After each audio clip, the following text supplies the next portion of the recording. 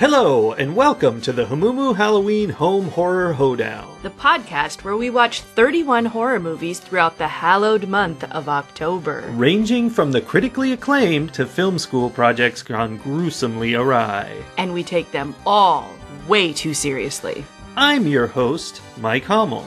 And I'm your host, Sully Hummel.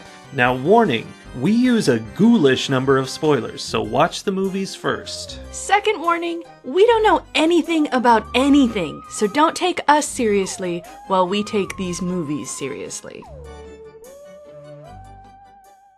We are reviewing The Orphanage today. And we have a ghost reviewer with us today for the first time this month.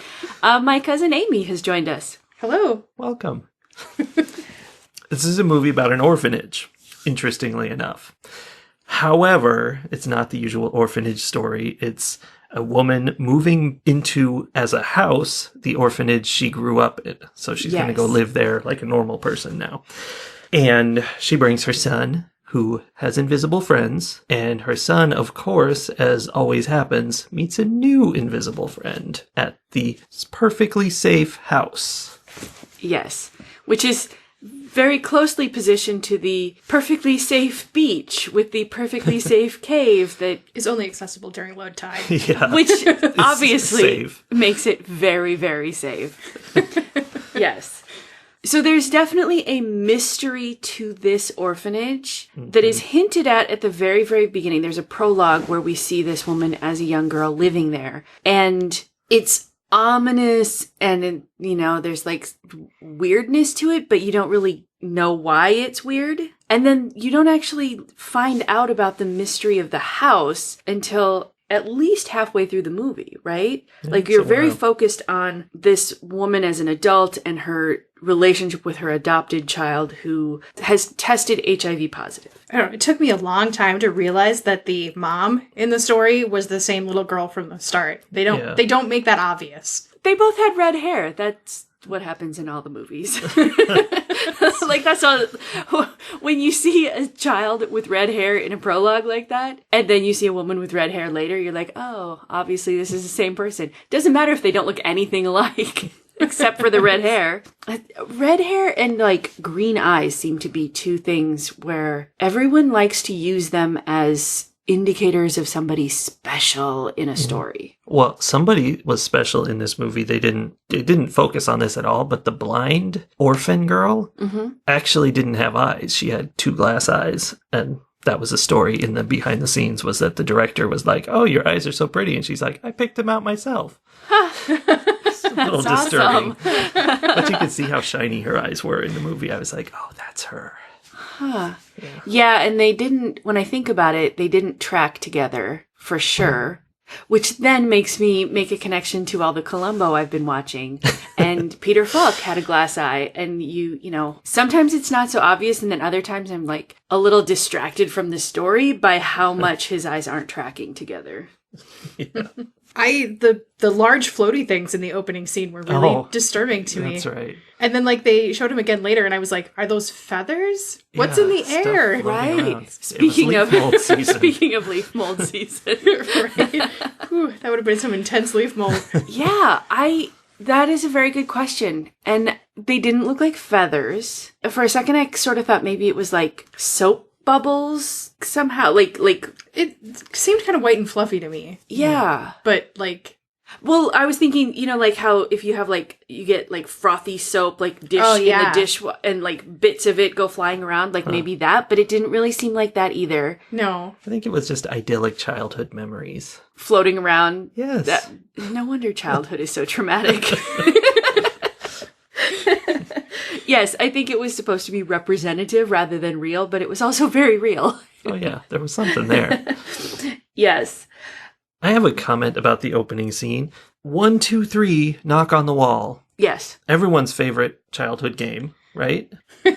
Maybe it's a Spanish thing. Yeah, I think it might be. I mean, it seemed sort of like the closest thing I know like that is like... Red light, green light. Yes. Except it's like, I mean, I don't actually know how red light, green light works, but this game, There's no winning. There's nothing. You just do it until they catch you. See, in red light, green light, you're trying to stop them from getting to you. So you use the red light, your whole goal is to stop them before they get there, right? And when they were starting to get close, she didn't seem to care. Like, she was just waiting for them to touch you. And then she seemed like she chased them. So is it like tag mixed with red light, green light? Maybe? I don't know. It's a really advanced game. Yeah, I did not understand the rules of 1, 2, 3, knock on the wall. Also, it didn't seem to rhyme the way I wanted it to in Spanish any more than it does in English, so that was upsetting to me. Yeah, I agree. My big question about this movie that did not come until the very, very end, and I'm a little mad that I didn't pick up on it sooner, is this whole movie a retelling of Peter Pan with death being Neverland? I mean, there's definitely parallels. I could see that. References, blatant ones. So, right, there were a couple of times where, like, Simon is reading Peter Pan and, like, talks to his mom, and, like, that was some pretty heavy foreshadowing where he's like, I'm never gonna grow up. I'm gonna, stay young like my friends forever. And we've already established that at least one of his friends is probably definitely a dead person, right? Yeah. But then at the end, where she is Wendy because she's gotten older and they all stayed young because they died when they were all 6 and 7 and she lived another 30 years. That's another whole big question. Like, how did she not know that the 5 children she grew up with all died shortly after she left? Or how was that not part of the house's story? Right. That's kind of a big deal. When they were like, oh, there were 5 children that died here, like, never came up in the entire thing. I mean, by anybody else. I wonder if 30 years later that, like, there's a statute for limitations as to when you, like, how long you have to disclose murder in a house. Right? I don't know. Well, I mean, not necessarily murder, because nobody found those bodies, so they're like, oh, that's who right. knows? They were in that coal chute. Still, like, 30 years later, you'd think it would still be an issue that 5 kids suddenly disappeared. 5 kids in that one instance, and then prior to that, another kid had disappeared, and they had found out that these 5 kids had accidentally, I'm using my air quotes, killed him in the very, very safe low tide cave. Yeah, there are a lot of questions around that. But, that seems like a plot hole. What? The whole nobody knowing about these deaths thing. Yeah. I mean, it definitely seemed to be like maybe a local secret. But you'd think that the police at least would have said something. Yeah. I'll be like, disappearances happen here. Well, at the end, or near the end, Laura did call out Pilar, the psychologist, and was like, how often does this happen? Like, how often do kids go missing here? Because at this point, she's talking about all these kids, and then there was the kid that they had killed earlier, and then her son is missing. Like, how often does this happen? In the support group, it seemed like there was quite a few missing also. Yeah. Yeah. Good thing they hit that old lady with a car. Problem solved. Ooh, okay, we talk about busing a lot because it's one of my favorite / least favorite things. It's one of the things I love to hate about horror movies. I did not see that bus coming. Right? Whew. I don't think I even really understood that she was standing in the street until she was no longer standing in the street. Right? Well, and then Carlos, Laura's husband, does CPR on the old lady, and then we see the old lady's face. Right? Like, CPR wasn't the problem. Yeah, it was. Well, and it wasn't just chest compression CPR. He did mouth to mouth. Even though she had no mouth left. Right? Like, half her face is gone. I mean, he should have known that. I mean, he was basically doing mouth-to-mouth resuscitation on the end of her trachea at that point. Ew. That's... I'm sorry. Warning, listeners. This is a horror podcast. I'm sorry. I had to do it. But even before that, like, I'm pretty sure he failed his CPR class because those were the worst chest compressions I've ever seen. Oh, so he did it for what, like 10 seconds? If that. It was like he was just kind of shrugging his shoulders up and down and that's it. Which probably is because he was an actor trying to pretend to do chest compressions on an elderly woman and he's like, I don't want to accidentally break her ribs. That's true. Yeah, that whole scene, that was all quite. And then they found traumatic. the reels that she had recorded of poisoning the children. Yeah. Right? Because everybody documents that sort of thing. Oh, yeah. If I were going to hide a secret for 30 years, I would record it. Yep. Reel-to-reel film. You know, hide the bodies in a coal chute, but leave the film sitting around the house. Obviously. Obviously. So, Amy, you had asked for a movie that would scar us significantly, right? What were you looking for? And did this movie meet that request? I'm not exactly sure what I was looking for. Just something that would stick in my brain. And I don't think this movie's going to do that because it was very cliche. And I left last night and was like, okay, that happened. Yes. Interesting. I mean, maybe that woman's face is kind of scarring. Yes. A little bit. Huh. I found this movie to be very emotionally scarring. You're right, there were a lot of cliches. Like, it was a traditional horror movie in a lot of ways. Yeah. But the actual story of this kid being missing for 9, maybe 10 months, and then finding out where he was and what happened to him, and his mother being the one to look for him for 10 months and then find out what happened to him, this story is going to stick in my mind for a long time because of how just straight up traumatic the plot is. Just in thinking about somebody actually going through that. I have questions about that because there's parts where there's ghostly knocking sounds and stuff in the house. And are we saying that she blocked off that door by accident and her son was knocking trying to get out while alive? Yes. That's pretty upsetting. And then, the big noise that she heard, that she is assuming is ghosts and, his imaginary friends, and she's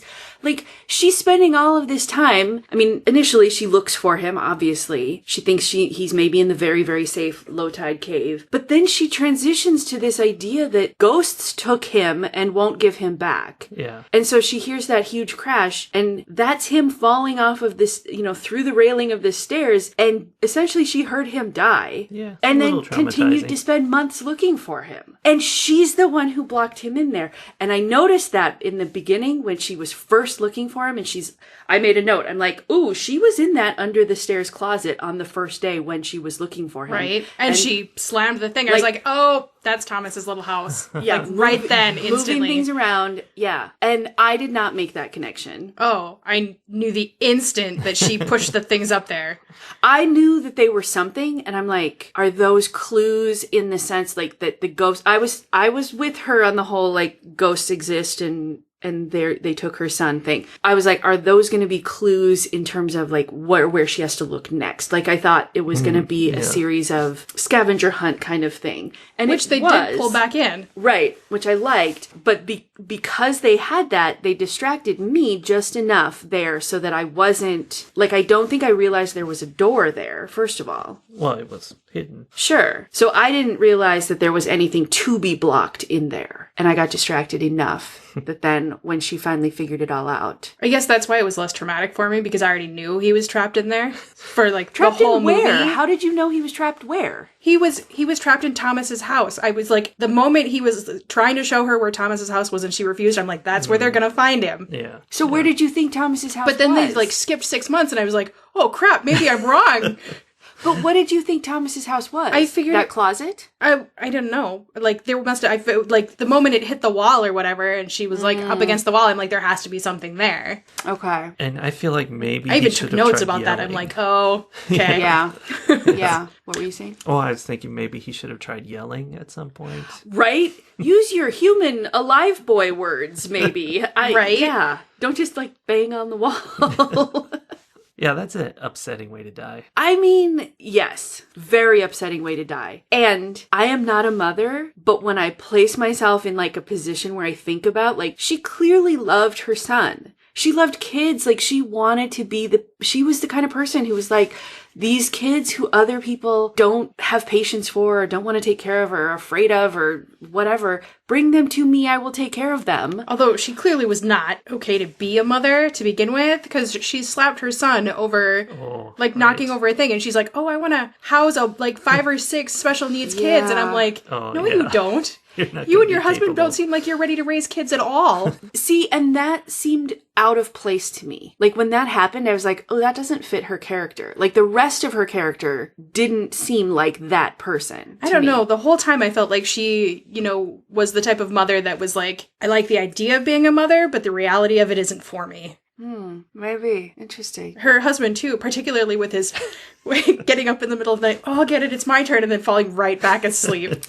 Yeah. It's classic. Do you think that was just like stereotypical gender nonsense? Like, that's one of the things that we use to make fun of men, that they're not good dads because, whatever, which I think is pretty cliche and it's a harmful stereotype, right? It's also a little bit funny. I mean, it is. It's funny. But also, I don't know. Last night after we watched, Amy, you said something that connected with one of the quotes that I wrote down. So at one point, Aurora, the medium, who they have come in to, speak to whoever it is that Laura thinks has taken Simone. The medium tells her, seeing is not believing, believe and you will see. And then after we were done, you had a takeaway. Oh yeah, don't believe.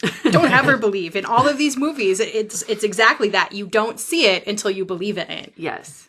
And in fact, as she was trying to escape, like she's found her son, she has not yet. Oh yeah. Her brain has not yet processed what she's actually found. So we are seeing her son who is alive and glad that she came to save him. And my note was, it's been 9 months. Right? Yeah. So she's found her son and she's trying to get back up out of Thomas's little house. And she has to convince herself not to believe so that she can safely get back out. Right. So yeah, it seemed to very much support that idea. Except that these ghosts didn't really seem to be dangerous at any point. They seemed scary, they were knocking on walls, but I don't think they wanted to hurt anybody. They're just happy little kids. I mean, they were really happy to see her in the afterlife with them. When she joined them. Everybody would like that, wouldn't they? Oh, my friends are back here. I wish they could see me and interact with me. I mean, she played with them. I mean, it sort of felt more like they were glad that she had joined them. Mm-hmm. Because they now were glad. Yeah, it was a little creepy. The ending of the movie is weird because that's what I really had a problem with. At the end, when this woman has killed herself because her son starved to death and fell off a thing. Because she killed her son. Yes. Not intentionally, but she is very much in a place where she's like, I just spent 9 months frantically searching for my son, and I am the one who killed him. Yes. Believable reasons. Okay. And then there's happy, joyful, uplifting music of, I'm home with all these kids. And then, already that's happy. Then her husband, is sad because she's dead. As his son. Yes. Everybody he's ever met is dead. And then he goes and sees a sign of ghostliness, the door's open, and he's like, oh, she's stuck forever here on Earth. Sweet. He didn't seem so sad. And did he ever find out what happened? I mean, he came home to his dead wife leaning over the desiccated corpse of their son. Yeah, which apparently she was able to find in 2 days after he left. And she had no idea where he was for 10 months. Well, that's an interesting twist. I had that thought too. I'm like, oh, she's not leaving him a note as to what happened. Right? How is he going to put this together? He's not. So he was happy she's stuck forever here on Earth because he's like, take that. Oh. I had the same kind of question. My very last comment is, was this a happy ending? Yes. I thought the memorial was strange at the end. That was to her and the son, and then the 5 orphans that apparently nobody even knew was missing for 30 years that they found the corpses of. I mean, just all the bodies they found. Let's put them on this side. I think what we're getting from that is that Carlos, despite how he did not believe when Aurora was there telling them what was going on in the house, now does believe and so is able to see his family that now is his wife and his son and these 5 orphan children who they wanted to take care of. This is what he wanted all along. And they're all ghosts, so he doesn't have to feed them. Very little responsibility. It's the best of both worlds. Yeah. Wow. I guess it's a happy ending of a sort, right? Yeah. It's Cue soaring violin music. I feel like the people who made this movie had a very different response to how this story ended than I did. Like, I was very much wrapped up in the trauma that everyone was experiencing because of all of these things. Like the little orphan children who were poisoned by the crazy lady. Right. The crazy lady who was crazy because the little orphan children had killed her son. Like, the son who was picked on because of his deformity, the mom who had accidentally killed her son, the son who had been trapped in a basement until he died. Like, so much trauma. That's true. And then the husband who comes back and is like, what happened? Everybody's dead. Like, I would not have been putting the soaring happy violin music at the end of this movie. It felt Something weird about to me. that is strange. I guess that's why we all just sat there in silence for so long after the movie was over, just like trying to absorb it. Like, what? What's going on? I did not know how to react to that movie. I'm like, I feel like everything that I'm feeling is in direct opposition to what all of the, like, emotional cues of the movie are giving me, and I don't know which one of us is wrong. Very strange. Huh. Also, I think the dad was paid by the line. I don't think he was. He had you mentioned so that. few lines during the story that they were probably like, you know what? We only have to pay him like $500 per line. He says we're going to be really stingy with his words. Right? He's just going to have to do a lot of his acting with his eyes. Especially comparing him to Laura, who did a whole lot of talking to everybody, even people who weren't there. The medium. It looked like a giant scam, and I was really proud of the husband when he was like, no, this is a scam. Yes. Like, you don't see them often call that out in these horror movies, and I was just like, that's amazing. That was worth the $500 line. The thing is, though, they only called it out, you know, because they were trying to make the point that, no, this medium was for real. Like, because she was, like, in the movie universe, right? She was seeing things that were really there. Like, she was not a scam. So the only reason they call it out as a scam is because it wasn't. But it looked like a scam. It did. Totally looked like a scam, and him calling her out on it just, like, made me really happy. Yeah, it did. Although I've never seen, like, we've watched a lot of movies with mediums who come in and are, you know, whatever, communing with the ghosts and whatnot. I've never seen one where they had, you know, one of the people was like tracking where the medium went. Like, this whole idea of parallel perception is nonsense. I'm going to say that right now so nobody thinks like I'm because it would be bad taken in. Right, right. Yeah, you gotta not believe. Don't want to set that precedent in this universe. But it was fascinating to me, and I really liked how they portrayed it. I thought it looked like a realistic scam. I don't know. I liked how they did the little map where he was like tracking where she was going as part of their record keeping. Yeah, it was fun. Can we talk a little bit about the like welcome party for the living orphans who were they weren't even orphans, they had parents, right? They had somebody with them. These kids who were going to come live with them. Is that what that was? It was like I knew it was a party. It was a welcome party. You know, it had these kids who were around were the kids who were going to come and stay with them. That's really bad because as soon as one showed up in the house, she flipped over backwards and fell into the tub because she couldn't handle it. She was so terrified. I mean, to be fair, it was the wrong kid. Yeah, that's true. To be fair, she didn't know where her son was in that moment. It was a kid with a burlap sack. Yeah, it was a creepy mask on. He was growling at her. Like, it was a little nerve-wracking. But yes, also she maybe could have handled that better. I mean, all of the kids had masks. Who does a maskerade for when you're trying to get to know people? Right? You're like, let's get to know all these people by not seeing their faces. Also, those were some scary animal masks. I know they were animals. They were supposed to be cute, but they were terrifying. Not cute.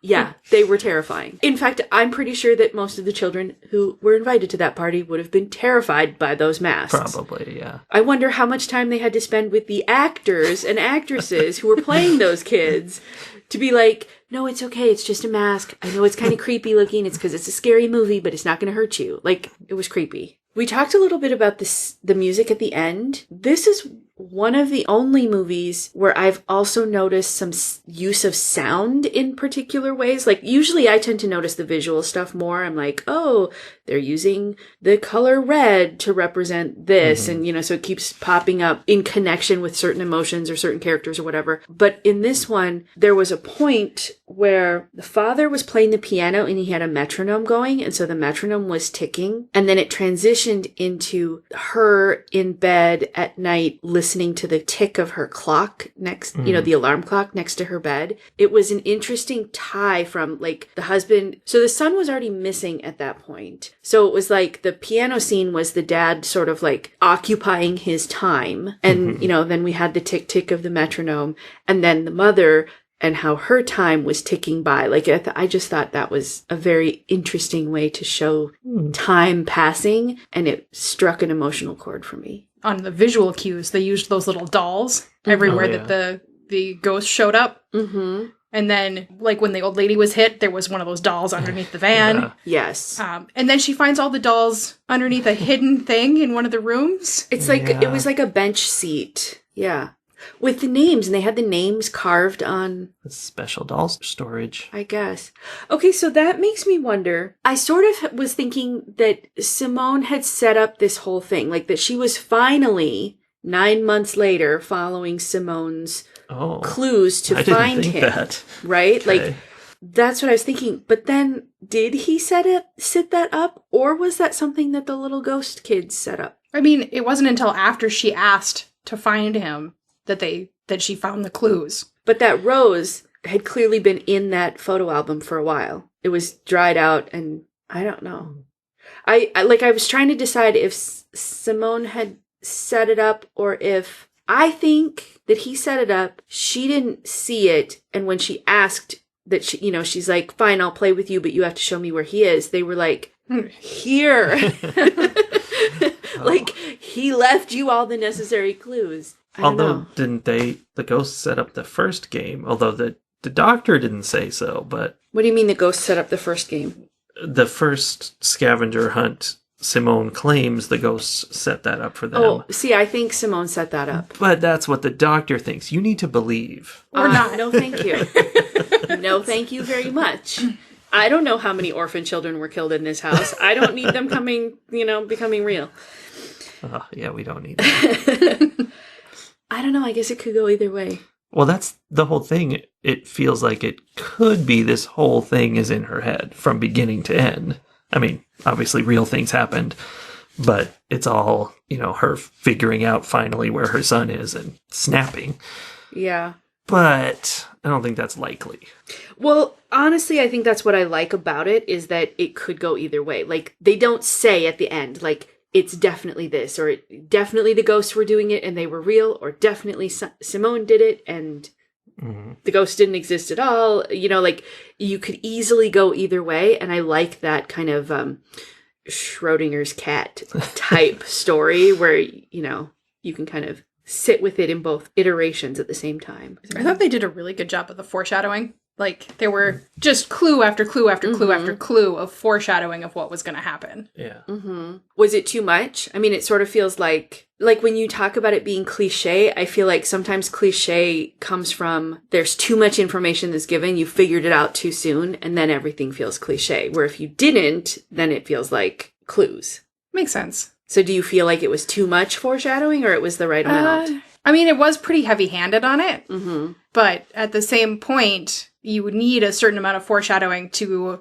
get into the suspension of disbelief of what they're going to present to you. Right. That's always a really tricky balance to find when you're creating a story, because everyone's tolerance for that is a little bit different. Like the scene in the closet where you were like, oh, this is so cliche. I know exactly what's going to happen. Like, I know everything.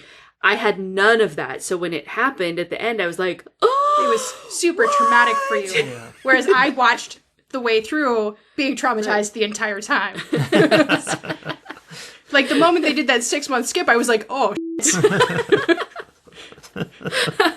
yeah, yikes. Ooh. See, and I was assuming that he had died in the first high tide. Although, one thing, they were acting like that tide was coming in so fast they couldn't possibly have run down the beach and gotten into that cave and saved him and gotten out. The tide comes in over the course of hours, Well, not minutes. Carlos didn't believe there was anybody there because he didn't see anybody. No, I So he know. was like, You would "Don't still bother." go check, though. No. If your wife was adamant enough that she's going to break her leg. Right? And also, if she's adamant that your son is in there and you don't let her go check, that's it. Your relationship is over. Because as far as she's concerned, you killed her son. Yeah. Of course, it turns out in the end, she killed his son. So, Eh. what are you going to do? And he was happy about it in the end, so there you go. He always wanted a ghost family. Ratings. I mean, I thought the foreshadowing was really heavy, but overall it was a pretty beautifully traumatic show. And I found that the Spanish didn't interfere with it in any way for me. Were you able to understand it? Do you speak enough Spanish to understand it? Oh, I don't. I'm just really Okay. good at subtitles. Sure. Okay. And I really like to hear things in their own language because it's better that way. It is. Definitely. I don't know. I think I would give that a 4 out of 5. I don't know what's a good Spanish term. I guess it would be a good 4 ghosts out of 5 ghost children. Perfect. Perfect. All but one of them. All but one of them. Wow. Okay. I am kind of shocked by that rating because how you responded last night and even how you responded at the beginning of this review, I was expecting a much lower score. There were 2 scenes that I thought were really solid. One was the medium scene. I liked how it felt and how it was done. And what's weird is I think almost every movie I see that has a medium scene, even if the rest of the movie is lame, I think the medium scene is well done. Like The Conjuring, Insidious, I thought was a pretty dumb movie. And the medium scene was super scary and good. So that's just what I like. You like that. Okay. Especially when they use graph paper. And then later, the adult version of Toca la Pared, 1, 2, 3, knock on the wall, that was good too. Although once the ghosts actually came out and were visible, I'm like, it's just a kid. Like, it's not, there's nothing spooky going on. It's just like, oh, there's a kid back there. Okay. Which should have been really scary.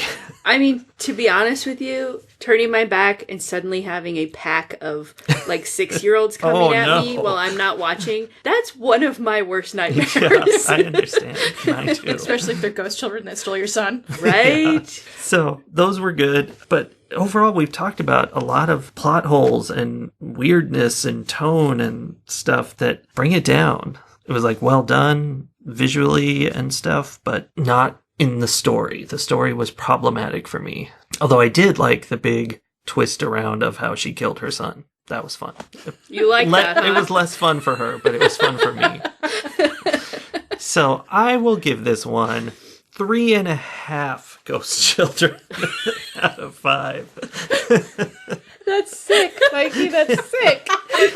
You know, like sometimes ghosts, like you see them in movies, like just the top half is floating around or they're decapitated. It's 3.5 ghost children. Okay. So what this movie tells me about myself and what I like in movies, particularly horror movies and horror stories, is I like that thing, that piece that is just so horribly tragic that it's almost unbearable. Like, when I realized, and I think it would have been true too had I realized earlier on, because like you said, then it would have been every minute that she was looking for him, it would have been building on that, like, oh, at some point you're gonna figure this out and it's gonna be bad. Yeah.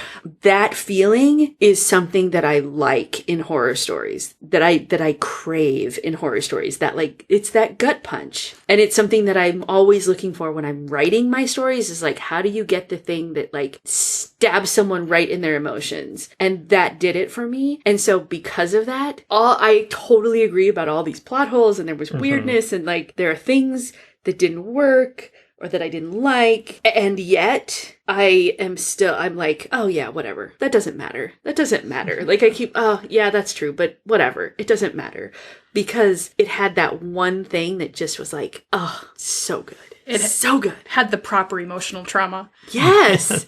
Yes, and it is going to be something that sticks in my head for a long time. I am always going to think of that feeling that I had when I realized what had happened. And the rest of it I didn't dislike enough that there was a lot of interesting stuff in the rest of it. I liked the medium. I liked the whole, our son doesn't know he's adopted, doesn't know he's HIV positive, and then that coming out and him being mad. And there was so much stuff going on that it was all interesting. I'm still fascinated by the idea that this is the Peter Pan story told in a way that makes it almost unrecognizable as Peter Pan. But once once I had that thought in my head, I was like, oh. Then all the parallels come together. Right? As soon as you said that this morning, I was like, oh, that changes a lot. Yes. And so now not only am I going to remember this movie, but whenever I watch anything Peter Pan related, I'm going to be like, oh, Neverland is death, guys. Hey. You didn't know that already?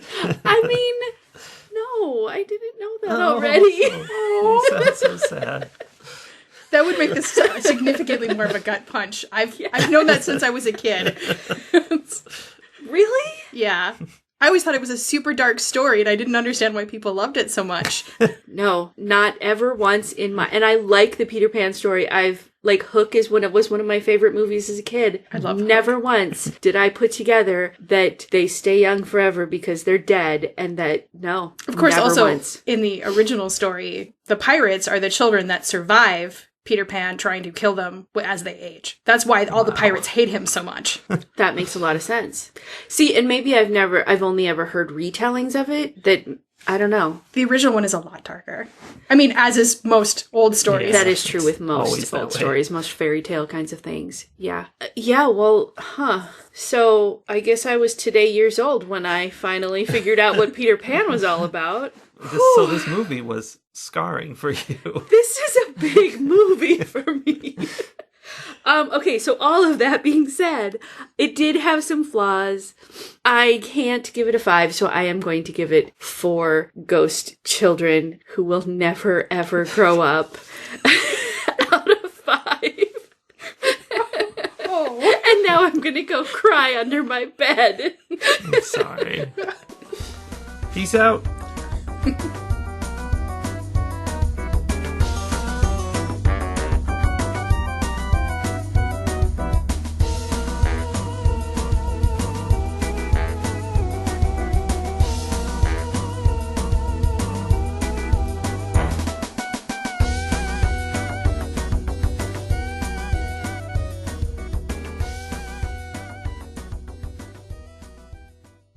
So, after the podcast was finished, Sully said this. Peter Pan is death. Huh. I think I have to be done with today now. Oh no, we have paperwork to do. Oh. But before we started recording the podcast, she said this about me. You're so melodramatic today.